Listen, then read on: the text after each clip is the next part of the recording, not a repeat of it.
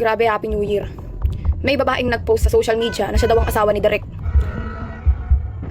Actually, isang reason kung bakit ilang araw na akong di nagpo-post kasi ilang araw na yung video na yan nung tinik yan.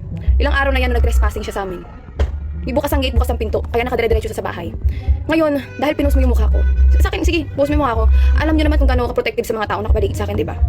Na-post yung mukha ng sekretary ko, na-post yung mukha ni JJ, yung mga tao sa bahay. Na-post yun, pati mukha nila.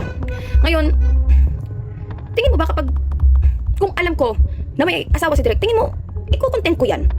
Ang alam ko walang asawa si Derek, ha? Yun ang alam ko. Ngayon, until now, hindi ko alam kung totoo ba yung sinasabi mo o hindi. Kasi, until now, hindi ko kinakausap si Derek tungkol sa issue na to. Alam mo, sobrang pinahiya mo ko. Tumawag sa akin ni sila mama. Hindi ako makauwi. Kasi nahihiya ako. Ika-caption mo sa akin, kabit ako. Sana kinausap mo man lang ako, di ba? Nakakapu... Miss LJ, bilang babae, may respeto ko sa kapwa ko babae. Kung yung kaibigan ko nga may jowa, di ba? Kung kunyari meron akong kaibigan na lalaki, nalaman ko may jowang babae yun, dumidistansya ko agad. Daw hindi distansya na lalayuan ko talaga. Pero yung distansya na parang, oops, eto na lang ako kasi may girlfriend ka na. Hindi mo man lang pinatapos yung 2025. Hindi, simula bukas, magpapahinga lang ako ng konti. Kasi ang dami kong ginagawa sa buhay. Magpapahinga lang ako ng konti. Bukas na bukas magre-research ako tungkol sa'yo. Bukas na bukas kakausapin ko si Derek, pati yung mga nakakilala sa'yo. Kung may screenshot ka, i-post mo. Marriage certificate, picture nyo na kinasal kayo. Di ba? Alam mo sa totoo lang, naaawa lang ako sa part na sinabi mo may anak kayong dalawa. Kung may anak kayong dalawa, doon ako sa bata naaawa. Kasi bagong taon, no?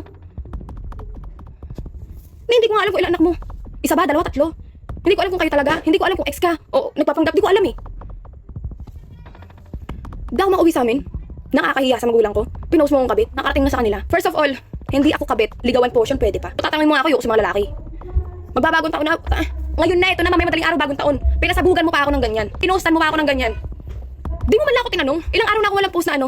Nakita nyo, ilang araw na ako walang post sa vlog. Kasi hindi ko makuha mo pasaya ng tao. Kasi ano purpose ko sa vlog mo? Pasaya ng tao. Ilang araw na, may pang 4 day na yata ngayon. Kahit matanggal sa personal account mo, sa page mo, yung pinost mo, na video, na sinugod mo ko, tinatawag mo akong kabit, na-upload na ng ibang page yun. Kakalat na yun. Sige, sa'yo itong 2025 pero sa 2026, ikaw ang pupuntahan ko. Ikaw ang bibigyan kita ng panahon. Diyos ko, lagi na lang ako yung pulutan ng mga taong gusto makakuha ng followers. Hindi ko alam talaga. Sa totoo lang, hindi ko alam kung asawa ka talaga. Until now. Nung araw na mismo sinugod mo ako, nung time na yun, pwede na kitang kasuhan. Nag-iisip ako nung sinabi mo sa akin may anak kayo.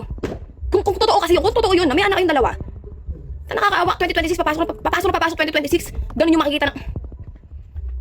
Ako tong walang anak, pero ako pa yung nag-iisip sa mga taong may anak. Minsan gusto kong sakakin yung sarili ko sa pagiging mabait na ganito. Hindi ako yung tipo ng tao makikipag-agawan sa lalaki, be. Hindi ako makikipag-agawan sa lalaki. Kaibigan niya, hindi ko pinipilit bumalik eh. Lalaki pa kaya. Pero expect mo iiyak ako dahil sa pinost mong video, hindi ako iiyak. Iniyak ko na yan last time, okay na yun.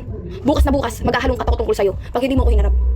Bukas na bukas, ipopost ko yung mga maliliit na ebidensya ko dito. Kasi alam ko meron pa eh. Bukas na bukas, ipopost ko lahat yun. Kung ano yung mga nasa akin ngayon. Akala mo, gigil na gigil ako sa lalaki. Bukas na bukas, tatanungin ko sa Derek kung ano talaga meron. Kung totoo ba yung mga sinasabi mo, bukas na bukas, alamin ko lahat. Hindi ko na talaga maharap kahit sino ngayon. Happy New Year ah! Kamalas.